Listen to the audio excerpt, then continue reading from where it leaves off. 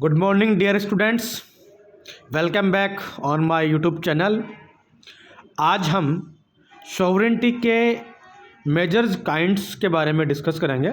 जैसा कि आपको पिछले वीडियो में मैंने बताया कि संप्रभुता के कुछ प्रकार होते हैं, जैसे कि nominal and real sovereignty, legal sovereignty जो कि ऑस्टिन की है, और इसका जो सैद्धांतिक जनक जिसको माना गया है वो हॉब्स है।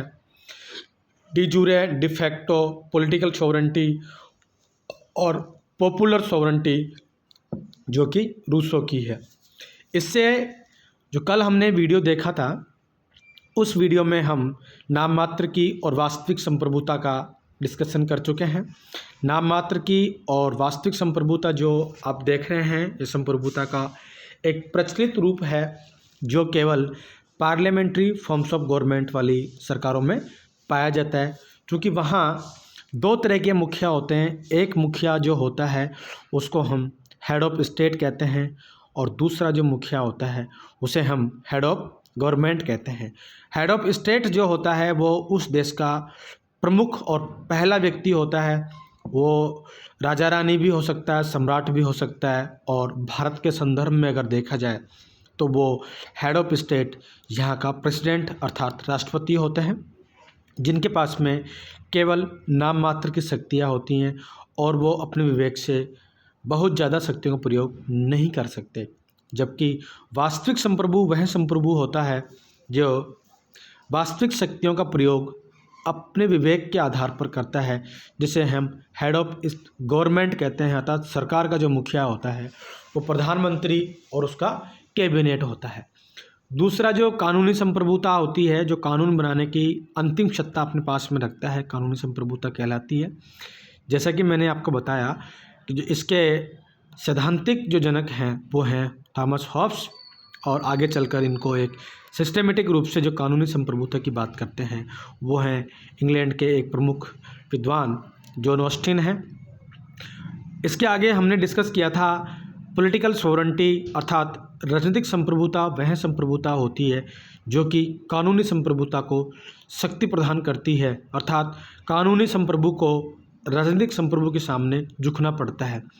तो कुल मिला के हम ये कह सकते हैं कि राजनीतिक संप्रभुता एक मतदाताओं का समूह या निर्वाचक समूह कहलाता है, जो कि इलेक्शन के माध्यम से अपने लिए नीति निर्माणकर्ताओं का चुनाव करता है और उनको शक्ति प्रदान करता है। अब हम आज बात करेंगे D jure and de facto sovereignty क्या होती है। विधितः और विधेय, विधेयन और विधेयतः दो तरह की जो ये संप्रभुता है, इसमें आप थोड़ा सा डी जूरे एंड डिफेक्टो इन शब्दों पे ध्यान देंगे। इसी शब्द से आप एग्जाम में इनको पकड़ सकते हैं। डी जूरे और डिफेक्टो सॉवरेनिटी क्या होती है, इसके बारे में हम आज अध्ययन करने की कोशिश करेंगे। और इसके बाद में लौकिक संप्रभुता या पॉपुलर सॉवरेनिटी दो ही हमारे जो रूप हैं वो बचे हैं, और बाकी हमने पिछले वीडियोज़ में देख लिए हैं। तो डियर स्टूडेंट्स, आज हम देखते हैं कि जो देखो, आप समझने की बात यह है, डी जूरे एंड डिफेक्टो ये दो प्रकार की संप्रभुता है। इन दोनों में क्या अंतर है, इसको हम देखने की कोशिश करते हैं। संविधान द्वारा जिस व्यक्ति या समुदाय को शासन करने का अधिकार दिया जाता है वह संप्रभु विधेयन अर्थात डी जूरे कहलाता है। अपने देश के कानून और परंपराओं के अनुसार अपने पद पर आसीन हो डी जूरे कहलाता है। इसके विपरीत वह संप्रभु डिफेक्टो अर्थात तथ्यहीन संप्रभु वह संप्रभु होता है जो राज्य के सर्वोच्च पद पर असंवैधानिक तरीके से शक्ति के बल के आधार पर आसीन हो जाता है, और उसकी सत्ता विधि पर आधारित नहीं होकर के शक्ति या बल पर आधारित होती है। तो हम इसको यूँ समझने की कोशिश करते हैं कि पहले डी जूरे क्या होती है। इसके अंदर जूरे से आप जूरे से जुडिशियल अर्थात न्याय, अर्थात जो बात ठीक है, न्यायोचित है। जुडिशरी, जे फॉर जुडिशियल या जुडिशरी, जूरे में जे फॉर हम जुडिशियरी कर सकते हैं। जुडिशरी मतलब होता है न्यायपालिका, और ये न्यायपालिका का प्रमुख कार्य होता है न्याय देना, अर्थात जो सही है। तो डियर स्टूडेंट्स, आप इस डी जूरे को, जो डी जूरे सोवरेंटी है, उसको इस प्रकार से याद कर सकते हैं कि ऐसा शासक या ऐसी संप्रभुता जो एक पद को, सर्वोच्च पद को धारण अगर करे, तो धारण करने के अंदर उसकी धारण करने की प्रक्रिया उचित होनी चाहिए, न्याय संगत होनी चाहिए, और वो देश के कानून और परंपराओं के आधार पर उस पद को प्राप्त करे। ऐसी जो व्यवस्था होगी, ऐसा जो संप्रभु होगा, उसको हम डी जूरे कहेंगे, अर्थात वैध या विधेन, वैध यानी वैलिड या विधेन विधि के अनुसार, या आप इसको यूं याद करें डी जूरे और डिफैक्टो। डी जूरे मतलब जुडिशरी अर्थात न्याय के आधार पर संप्रभु पद को प्राप्त करने वाली संप्रभुता डी जूरे कहलाती है, अर्थात जो वैलिड हो, वैध हो और विधि के अनुसार वो उस पद पर आसीन हो। इसमें बल या शक्ति का कहीं प्रयोग नहीं होना चाहिए। फॉर एग्जाम्पल, भारत के जो प्रधानमंत्री हैं नरेंद्र मोदी जी, इन्होंने विधि संबद्ध या जूरे अर्थात डी जूरे के विधेयन के माध्यम से अपना प्रधानमंत्री का पद प्राप्त किया है, क्योंकि इन्होंने इलेक्शन लड़ा है, इलेक्शन के अंदर ये जीते हैं, और बहुमत दल का नेता चुनने के बाद में जब इनकी पार्टी को बहुमत मिल गया, तब ये देश के प्रधानमंत्री बने हैं और राष्ट्रपति ने इनको अपॉइंट किया है। इस आधार पर हम कह सकते हैं कि प्रधानमंत्री बनने की जो प्रक्रिया है वो बिल्कुल न्याय उचित है, और इनमें संप्रभुता का निवास है, और ये संप्रभुता इन्होंने विधि और परंपराओं के आधार पर प्राप्त करी है, किसी बल या शक्ति के आधार पर प्राप्त नहीं करी।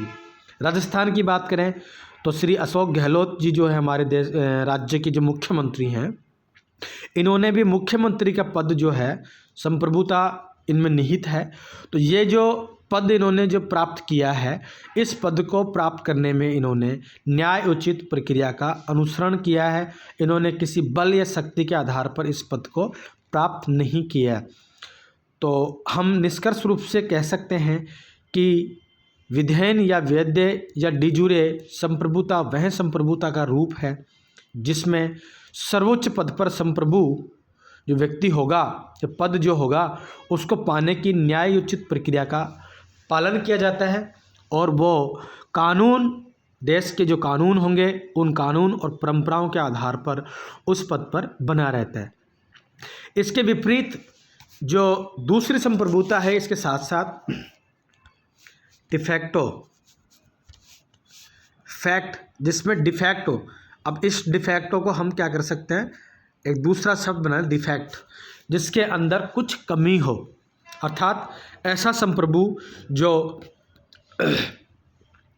एक शासन व्यवस्था के सर्वोच्च पद पर बल या शक्ति के आधार पर अपनी सत्ता प्राप्त करता है, अर्थात वो कानून या परंपराओं की अवहेलना करते हुए बल और शक्ति के आधार पर संप्रभु बन जाता है। तो ऐसे जो संप्रभु होगा, उस संप्रभु को हम डिफैक्टो या यथार्थ या तथ्यहीन संप्रभु की श्रेणी में रखेंगे।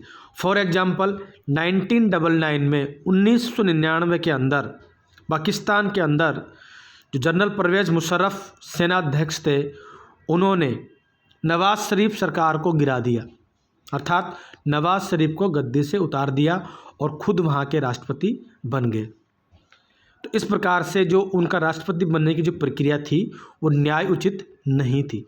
लेकिन डियर स्टूडेंट्स, यहाँ एक बात नोट करने की है कि जो डिफैक्टो होता है, बल और शक्ति के आधार पर सत्ता प्राप्त करता है, वह संप्रभु ज़्यादा समय तक नहीं चल पाता है, अर्थात वो जनता की कंसेंट लेने के लिए कुछ समय बाद में डिफैक्टो सॉवरेंटी जो है डिफैक्टो जो संप्रभु होता है वो धीरे धीरे जनता की कंसेंट लेकर बाई इलेक्शन डी जूरे बन जाता है, जैसा कि पाकिस्तान के संदर्भ में ऐसा हमें देखने को मिला। पहले उन्होंने बल और शक्ति के आधार पर, सेना की शक्ति के आधार पर नवाज शरीफ की कुर्सी से हटा दिया गया उनको और उनकी जगह ये आसीन हो गए। लेकिन कुछ दिनों बाद में इन्होंने राष्ट्रपति का चुनाव लड़कर और चुनाव जीतकर जनता की जन सहमति लेकर के डिफैक्टो शासक धीरे धीरे डी जूरे के रूप में परिवर्तित हो जाता है। तो मुझे विश्वास है कि आप समझ गए होंगे, डी जूरे मतलब कानून के आधार पर पद प्राप्त करना, और डिफैक्टो जिसमें पहले से डिफेक्ट है यानी शक्ति और बल के आधार पर किसी पद या संप्रभुता को प्राप्त करना डिफैक्टो संप्रभु कहलाता है। जैसा कि मैंने आपको एग्जाम्पल बताया, ये एग्जाम्पल भी आप अपने एग्जाम में लिख सकते हैं। तथ्यन संप्रभु अर्थात डिफैक्टो संप्रभु जो राज्य के सर्वोच्च पद पर असंवैधानिक तरीके से शक्ति के बल पर आसीन होता है, अर्थात वो सत्ता विधि पर आधारित नहीं होकर के बल या शक्ति पर आधारित होती है। जैसे लेनिन ने 1917 में किया, मुशर्रफ ने 1999 के अंदर किया। लेकिन कुछ समय बाद में क्या होता है कि ये डिफैक्टो और डी जूरे अलग अलग नहीं हो सकते। बाद में क्या होता है कि ये जनता की कंसेंट लेकर के संवैधानिक तरीके से सत्ता हासिल कर लेते हैं। अंतिम जो प्रकार है आपके सामने, उस प्रकार का नाम है लौकिक संप्रभुता या जन संप्रभुता या पॉपुलर सॉवरेंटी, जो कि ये मुख्य रूप से रूसो द्वारा प्रतिपादित है। ये भी आपकी एग्जाम में आ सकती है कि लौकिक संप्रभुता, जन संप्रभुता या लोकप्रिय संप्रभुता, इनका इंग्लिश वर्जन जो है वो है पॉपुलर सॉवरेंटी के जन्मदाता कौन है या इसके समर्थक विद्वान, प्रबल समर्थक विद्वान कौन है। तो आपका आंसर होना चाहिए जे रूसो, जीन जैक्स रूसो, जो कि प्रमुख एक सामाजिक समझौतावादी विचारक है और इन्होंने 1762 के अंदर किताब लिखी। उस किताब का नाम है सोशल कॉन्ट्रैक्ट, और उस सोशल कॉन्ट्रैक्ट में इन्होंने सामान्य इच्छा नामक एक सिद्धांत प्रस्तुत किया। और रूसो की जो संप्रभुता का निवास है वो सामान्य इच्छा में ही होता है। ये सामान्य इच्छा भी दो प्रकार की होती है, यथार्थ इच्छा और आदर्श इच्छा। यथार्थ इच्छा वह इच्छा होती है जिसमें व्यक्तिगत हित सर्वोपरि होता है, जबकि आदर्श इच्छा वह इच्छा होती है जिसमें परमार्थ या ज़्यादातर समाज सेवा या परोपकार की बात की जाती है, दूसरों के हित की बात प्राथमिकता से या प्रमुखता से रखी जाती है। तो आपसे पूछे कि सामान्य इच्छा की परिभाषा बताइए, तो आप इसमें लिख सकते हैं कि सामान्य इच्छा रूसो द्वारा प्रतिपादित एक सिद्धांत है जिसके दो प्रकार हैं, यथार्थ इच्छा और आदर्श इच्छा। यथार्थ इच्छा में व्यक्तिगत इच्छा की प्रबलता होती है, जबकि आदर्श इच्छा के अंदर समाज सेवा, परोपकार, इसकी बात पहले की जाती है। इस प्रकार से आदर्श इच्छाओं का योग ही रूसो के अनुसार सामान्य इच्छा है। यहाँ सवाल ये बनता है आपके 2 नंबर का कि लौकिक संप्रभुता के प्रतिपादक कौन है। तो इसके प्रतिपादक हैं जीन जैक्स रूसो। ये रूसो के अनुसार संप्रभुता का निवास है वो किसी एक व्यक्ति में निवास नहीं होकर के जनता में निहित होता है, अर्थात सामान्य इच्छा में इसका निवास माना गया है। तो ये सामान्य, इसका जो एग्जाम्पल होगा वो लोकतंत्रीय देशों के अंदर हमें देखने को मिलता है। लॉर्ड ब्राइस इस संदर्भ में कहते हैं कि लोकप्रिय संप्रभुता लोकतंत्र का प्रमुख आधार बन गई है।